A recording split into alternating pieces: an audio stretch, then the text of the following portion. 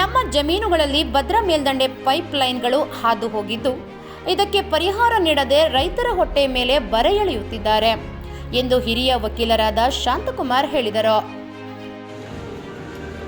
ಕುರುಡಳ್ಳಿ ಮತ್ತು ರಾಮಜೋಗಹಳ್ಳಿ ವ್ಯಾಪ್ತಿಗೆ ಸಂಬಂಧಪಟ್ಟಂತೆ ಸರ್ವೆ ನಂಬರ್ಗಳು ಸಹ ಅಲ್ಲಿ ಏನು ಭದ್ರಾ ಮೇಲ್ದಂಡೆ ಯೋಜನೆ ಅದರ ಅಡಿಯಲ್ಲಿ ವಿಶ್ವೇಶ್ವರ ಜಲ ನಿಗಮ ನಿಯಮಿತ ಇದರ ಅಡಿಯಲ್ಲಿ ಏನು ಪೈಪ್ಲೈನ್ ಹಾದು ಹೋಗ್ತಾ ಇದೆಯೋ ಆ ಒಂದು ರೈತರಿಗೆ ಕಂಪ್ಲೀಟಾಗಿ ಏನು ಪೈಪ್ಲೈನ್ ಹಾದು ಹೋಗೋ ಏನು ಸ್ಥಳ ಇದೆಯೋ ಆ ಸ್ಥಳ ಕಂಪ್ಲೀಟಾಗಿ ಯಾವುದೇ ಪರಿಹಾರನೂ ಕೊಟ್ಟಿಲ್ಲ.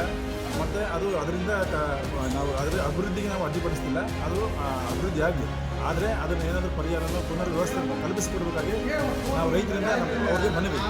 ಮತ್ತು ಅಲ್ಲಿ ಏನು ನಾವು ಈಗ ಬೆಳೆ ಇಟ್ಕೊಂಡಿರ್ತಕ್ಕಂಥದ್ದು ಹೋದ ಬಾರಿ ನಮಗೆ ಮಳೆ ಇರಲಿಲ್ಲ, ನಮಗೆ ಬರಗಾಲ ಅವಶ್ಯವಿತ್ತು. ಈ ವರ್ಷ ಸ್ವಲ್ಪ ಮಳೆ ಬಂದಿತ್ತು. ಈಗ ನಮ್ಮ ಮುಂಗಾರು ಹಂಗಾಮಿನಲ್ಲಿ ನಾವೇನಾದರೂ ಸ್ವಲ್ಪ ಸೂರ್ಯಕಾಂತಿ ಮೆಕ್ಕೆಜೋಳನ ನೀರನ್ನು ಬೆಳೆ ಇಟ್ಕೊಂಡು ಒಂದು ಸಂದರ್ಭದಲ್ಲಿ ಈಗ ಈ ಸಂದರ್ಭದಲ್ಲಿ ಪೈಪ್ಲೈನು ಅಳವಡಿಸ್ಕೊಂಡು ಹೋಗ್ತಾ ಇದ್ದಾರೆ. ಅದರಿಂದ ನಮಗೆ ತೊಂದರೆನೂ ಆಗಿದೆ.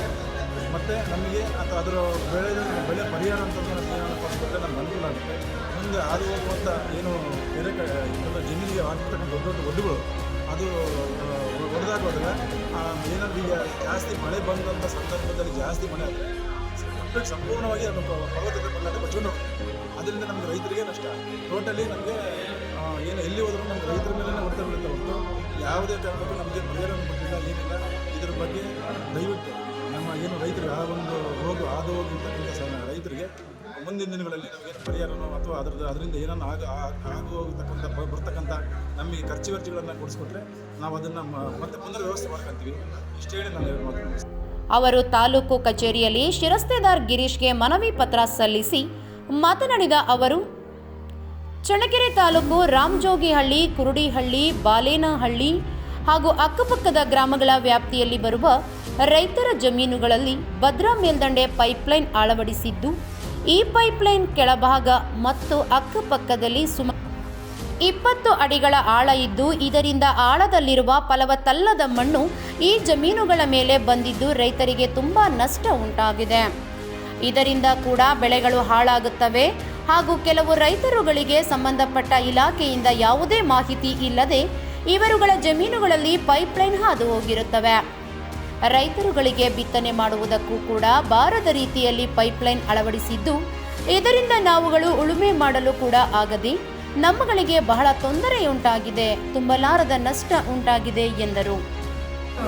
ದೊಡ್ಡದು ಒಂದು ಕಟ್ಟೆ ಇದೆ ಸರ್, ಅದು 7 ಎಕರೆ 8 ಎಕರೆ ನೀರು ನಿಂತ್ಕೊಂತದೆ ಸರ್. ಇವಾಗ ಅದನ್ನು ತೆಗೆದುಬಿಟ್ರೆ ಫಲವತ್ತಾದ ಮಣ್ಣೆಲ್ಲ ಸೀದಾ ಹೊರಗಡೆ ಹೋಗ್ಬಿಡುತ್ತೆ ಸರ್. ಆಮೇಲೆ ಅವಾಗ ಬೆಳೆನೇನು ನಿಲ್ಲಲ್ಲ, ಏನೂ ಇಲ್ಲ ಅದರಲ್ಲಿ. ಮತ್ತು ನಮಗೆ ಉಳುಮೆ ಮಾಡೋಕ್ಕೆ ಸಮೇತ ಬರೋದಿಲ್ಲ ಸರ್. ಆ ಥರ ಆಗಿದೆ. ಟೋಟಲ್ ಎಷ್ಟು ಎಕರೆ ಇದೆ ನಿಮ್ಮದು? ಸರ್ ನಮ್ಮದು ಅಲ್ಲಿ 12 ಎಕರೆ ಇದೆ ಸರ್. ನಮ್ಮದು ನಮ್ಮ ದೊಡ್ಡಪ್ಪದ್ದು. ಅದರಿಂದ ದೊಡ್ಡದು ಒಂದೇ ಕಟ್ಟೆ ಸರ್. ಅದು ಆ ಕಟ್ಟೆ ತೆಗೆದುಬಿಟ್ರೆ ಇವಾಗ ಅಕಸ್ಮಾತ್ ಮಳೆ ಬಂತು ಅಂದರೆ ಅವ್ರು ತೆಗೆದ ಮೇಲೆ ಏನೂ ಇರೋಲ್ಲ ಸರ್. ಅದು ಮಣ್ಣು ಅನ್ನೋದು ಇರೋದಿಲ್ಲ ಸರ್. ಫಲವತ್ತಲ್ಲಿ ಸೀದಾ ಹೊರಗಡೆ ಹೋಗ್ಬಿಟ್ಟಿದೆ ಸರ್. ಇದು ತೆಗಿತಿದ್ದಾರಾ ಅಥವಾ ತೆಗೆದಿದ್ದಾರಾ? ಇವಾಗ ಬಂದಿದೆ ಸರ್ ಆಲ್ರೆಡಿ. ಇನ್ನೊಂದು ವಾರ ಒಳಗೆ ನಮಗೂ ಬಂದ್ಬಿಡುತ್ತೆ. ಯಾವ ಇಲಾಖೆಯಿಂದ ಮಾಡ್ತಿರೋದು? ಭದ್ರಾ ಮೇಲ್ದಂಡೆ ಸರ್. ನಿಮ್ಮ ಹೆಸರು? ನಾಗರಾಜ್ ಅಂತ.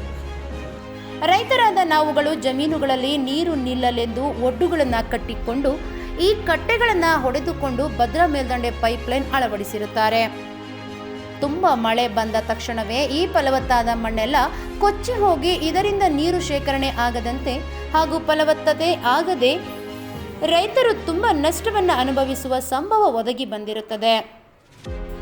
ತಾವುಗಳು ಖುದ್ದಾಗಿ ಬಂದು ಜಮೀನುಗಳನ್ನು ವೀಕ್ಷಣೆ ಮಾಡಿ ಜಮೀನಿನಲ್ಲಿರುವ ಪೈಪ್ಲೈನ್ ಅಕ್ಕಪಕ್ಕದಲ್ಲಿ ತುಂಬಿಕೊಂಡಿರುವ ಫಲವತ್ತಲ್ಲದ ಮಣ್ಣನ್ನು ತೆಗೆಸಿ ಸಂಬಂಧಪಟ್ಟ ಇಲಾಖೆಯಿಂದ ನಮ್ಮಗಳಿಗೆ ನಷ್ಟ ಪರಿಹಾರ ಕೊಡಿಸಬೇಕು ಎಂದು ಮನವಿ ಸಲ್ಲಿಸಿದರು.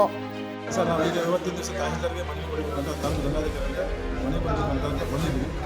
ಮುಂದಿನ ಕ್ರಮ ಅವ್ರಿಗೆ ವಹಿಸ್ಕೊಳ್ಳಿ. ಅದು ಬಂದು ಅಲ್ಲಿ ಖುದ್ದಾಗಿ ವೀಕ್ಷಣೆ ಮಾಡಿ ಅಲ್ಲಿ ಏನು ನಡೆದಿರ್ತಕ್ಕಂಥ ಸ್ಥಳದಲ್ಲಿ ಏನಾಗಿದೆ ಏನಿದೆ ಅವರೇ ಕೂಲಂಕಷವಾಗಿ ನೋಡ್ಕೊಂಬಿಟ್ಟು ಮುಂದೆ ಸಂಬಂಧಪಟ್ಟ ಇಲಾಖೆಯಿಂದ ನಮಗೆ ಪರಿಹಾರ ಕೊಡಿಸ್ತಕ್ಕಂಥದ್ದು ನಾವು ಕೇಳಲಿಕ್ಕೆ ನಾವು ಮನವಿ ಮಾಡ್ಕೊಂಡು ಬಂದಿದ್ದೀವಿ ಸರ್.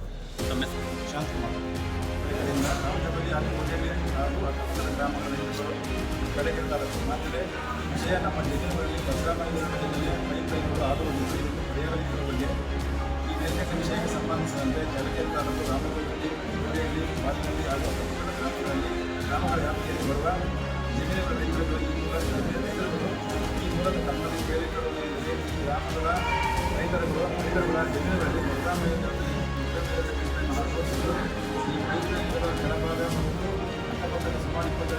ಇದೇ ಸಂದರ್ಭದಲ್ಲಿ ಪಿಎಚ್ ನಾಗೇಶ್, ಎಸ್ಟಿ ಶ್ರೀನಿವಾಸನ್, ನಾಗರಾಜ್, ಸಂದೀಪ್, ವೆಂಕಟೇಶ್, ಶಿವಣ್ಣ, ಲಕ್ಷ್ಮಣ್, ಸುರೇಶ್, ಹನುಮಂತರೆಡ್ಡಿ, ಸಿದ್ದೇಶ್ ಇತರರು ಪಾಲ್ಗೊಂಡಿದ್ದರು.